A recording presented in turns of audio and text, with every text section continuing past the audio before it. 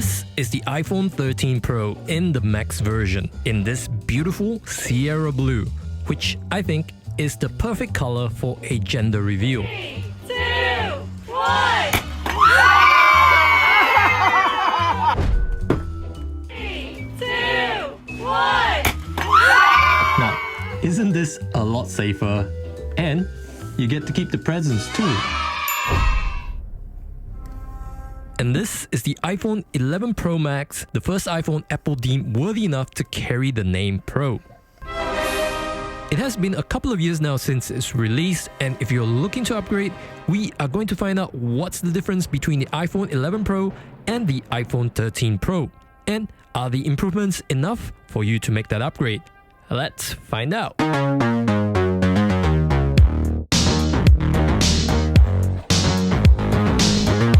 Spoiler alert, if you currently have an iPhone 12 Pro, honestly the updates from a 12 Pro to a 13 Pro are minimal at best. But if you're looking to upgrade from an even older iPhone, the 12 Pro and the 11 Pro may be an option that you are considering.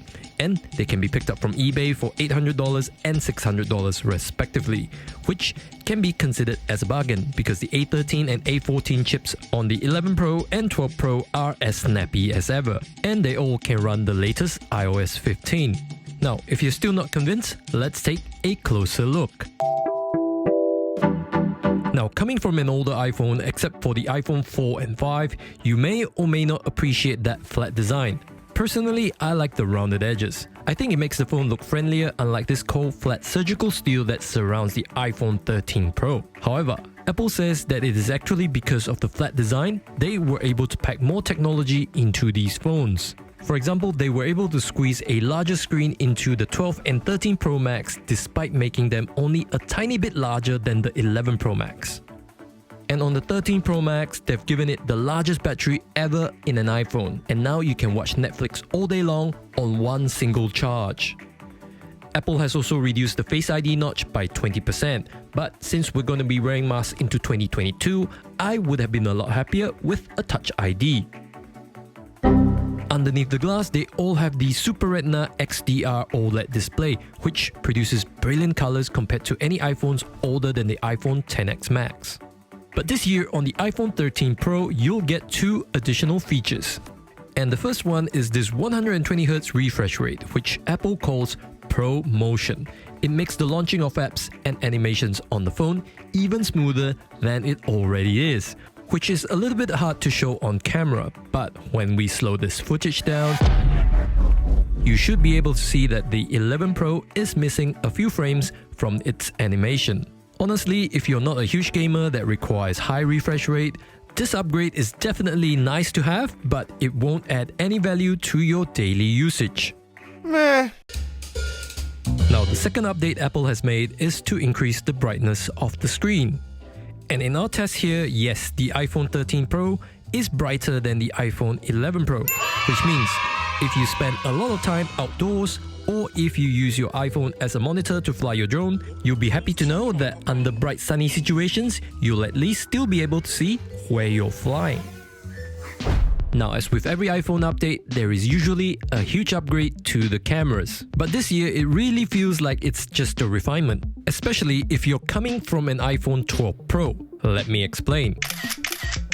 These are the pictures that we took with the wide cameras, and as you can see, all these three cameras utilizes Apple's image processing software like the Deep Fusion and Smart HDR to bring out as much of the dynamic range as possible.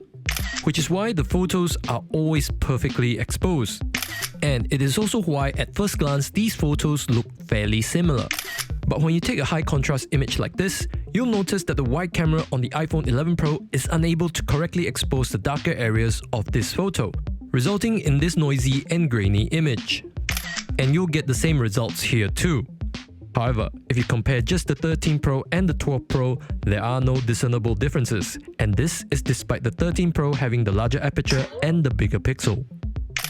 In low light conditions using night mode, the iPhone 11 Pro produces the brightest image despite having the smallest aperture and pixel size. But this picture isn't very good because it is the noisiest in this set of images.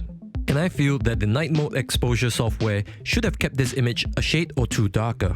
Or maybe it could be because that the smaller sensor is unable to receive more light. Now when comparing the 13 Pro and the 12 Pro, the images again look quite similar, but the 13 Pro edges out the 12 Pro by producing a less noisy image, as it tends to keep the shadows darker to reduce noise. So I guess if you do a lot of night photography, the 13 Pro is the absolute best at the job. But if you already have a 12 Pro, well, the differences are minimal.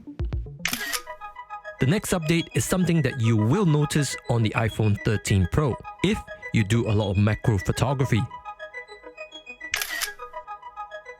The new autofocus on the ultra-wide camera allows you to focus as close as 2 centimeters from the subject, which allows you to create amazing shots like these. And if you try to do it with the 11 and 12 Pro, this is what you'll get.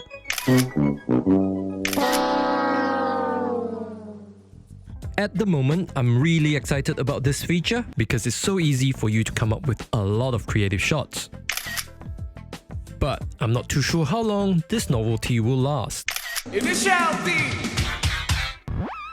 The final camera update is to the telephoto lens, and it now has, drumroll please, 3 times optical zoom. Considering that it was doing 2.5x on the 12 Pro Max and 2x on the iPhone 11 Pro Max, at this rate it will be iPhone 27 Pro when Apple catches up to Samsung's S21 Ultra. However, for photographers that do a lot of headshots on their iPhone, you may prefer this update because this new 77mm lens lets the iPhone 13 Pro capture portrait shots that more closely represents what our eye sees. I have to say I quite like the image from the 13 Pro. That 77mm lens does make the fearless girl appear more natural. And it also seems that the portrait mode on the 13 Pro applies exposure a bit differently, as it dares to keep the shadows darker, whereas the other two gives in to the highlights. Tell us which one do you prefer in the comment section below.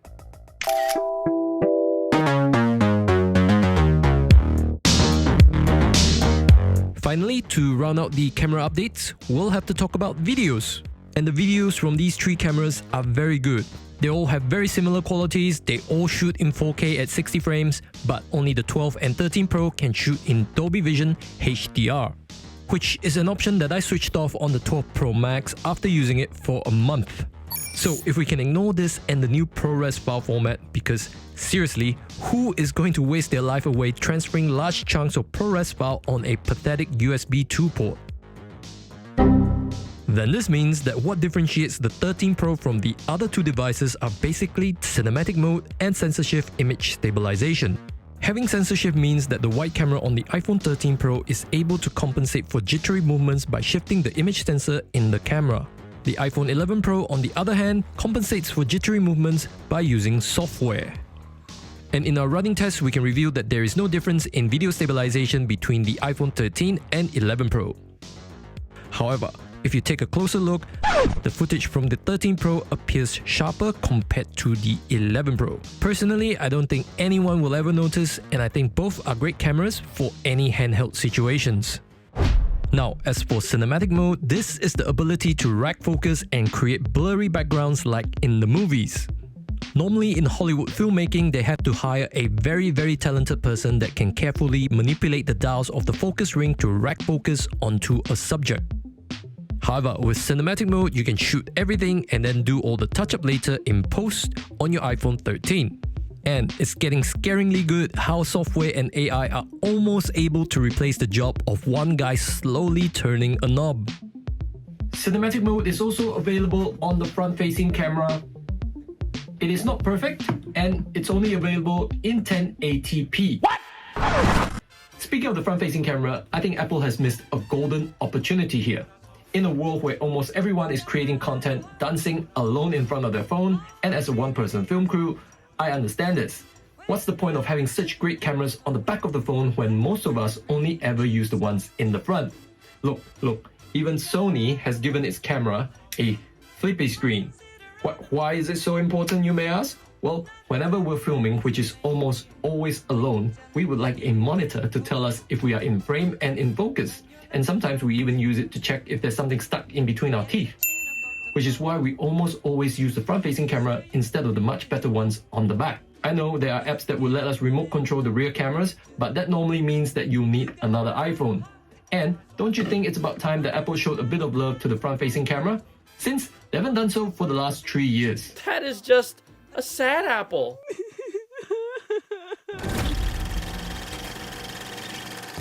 So what does it mean?